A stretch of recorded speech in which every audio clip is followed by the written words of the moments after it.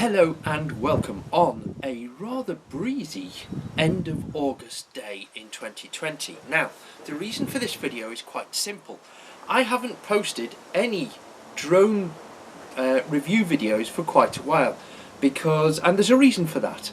I was doing mainly toy grade drones to get myself some experience flying drones before investing in a more expensive drone which I could use for the videos that I produce.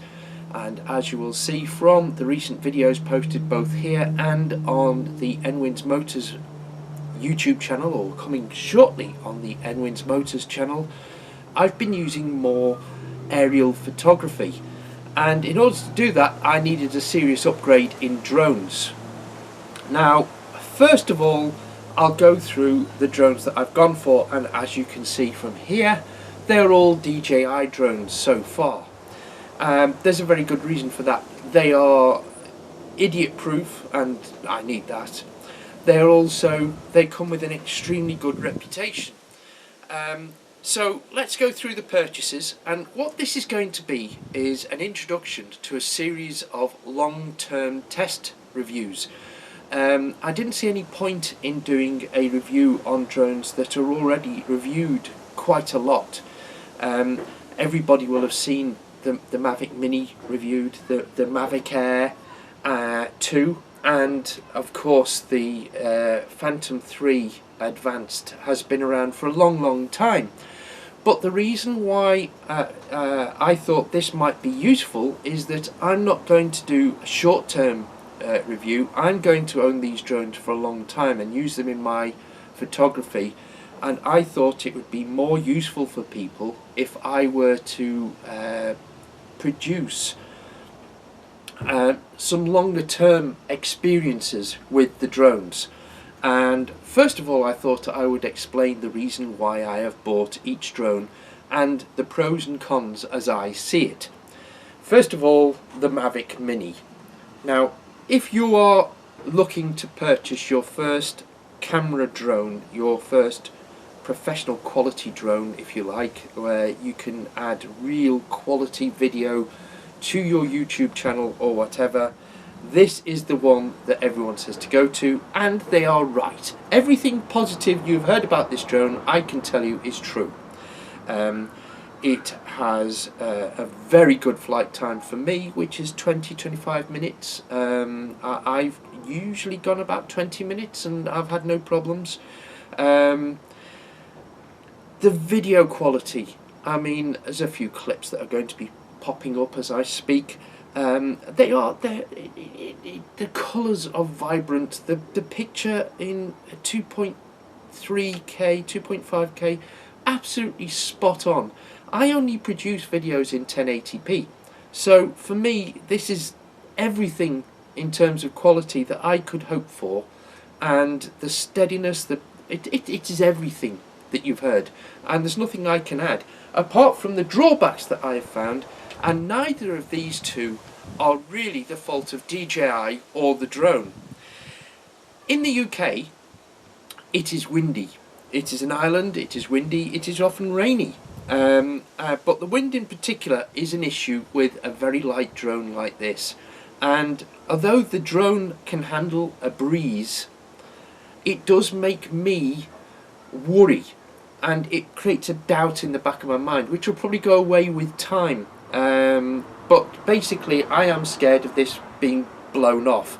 I know that even if there's a breeze at low level that this can cope with, at 50 meters that I would need to clear some of the objects that I've filmed, such as the railways, this might encounter stronger winds, and that is something that is a constant worry in the back of my mind.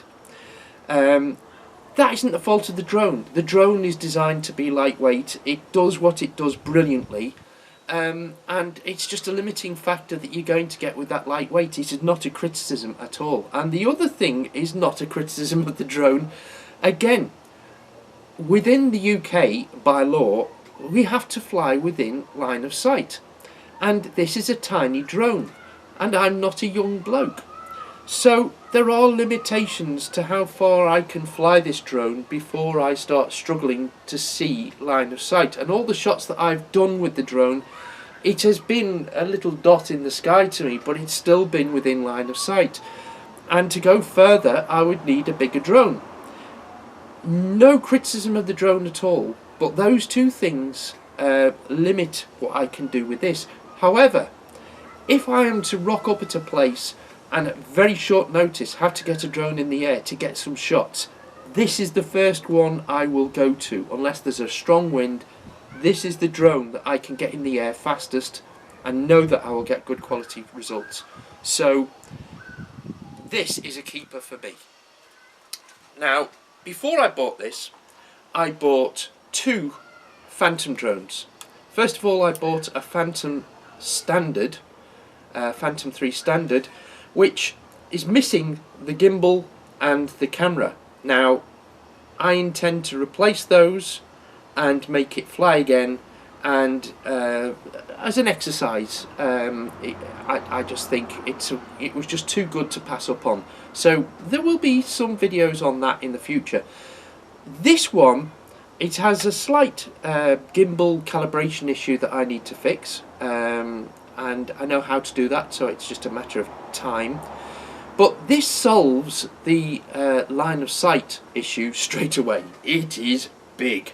Now I know what you're thinking, why go for a Phantom 3 instead of a Phantom 4 Pro, which for a couple of £100 more you could buy also second hand, and it can do what this can do 1,000 times better. I mean, it's absolutely true. The Phantom 4 Plus, or Pro, sorry, the Phantom 4 Pro is the drone I would like to have. But I bought a FanVic kit, and again, as an exercise, somewhere down the line, this drone, which came with a rucksack, 2 batteries, some ND filters, so I've got some extras with it, will be turned into a FanVic, and then it'll become a completely different prospect. But that's the main reason why I bought this. But in the short term, I will fly it as it is, because from a line of sight point of view, and also the fact that I don't mind crashing it so long as the gimbal's okay, because I know that I've got another body that this is going on.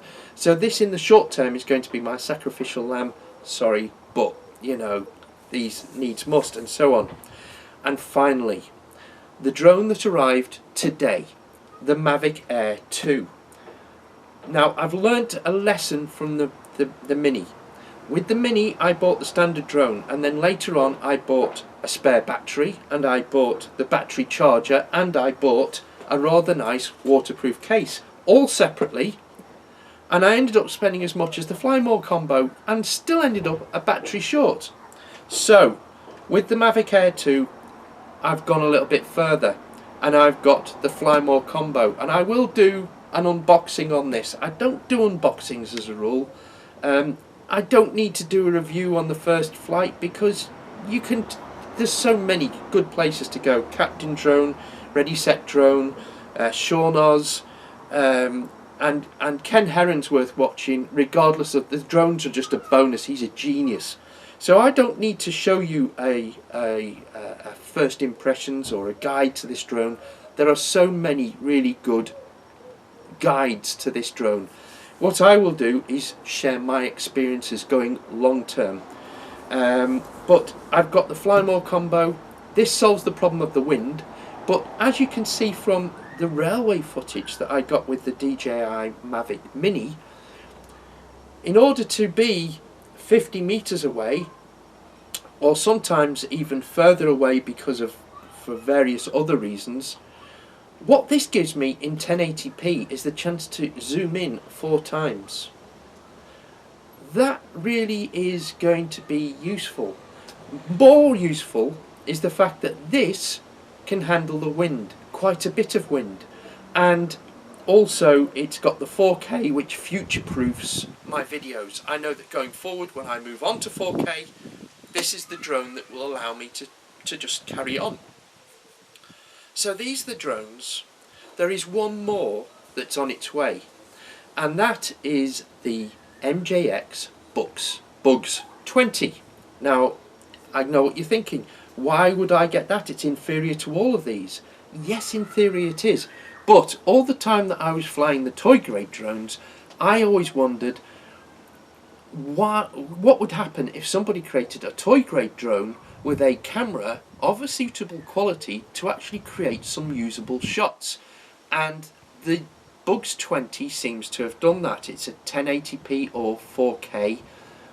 I'm going to ignore the 4K and go to the 1080p. It's got image stabilization, which should smooth out a lot of the footage, even though it's only got a one-axis gimbal for up and down.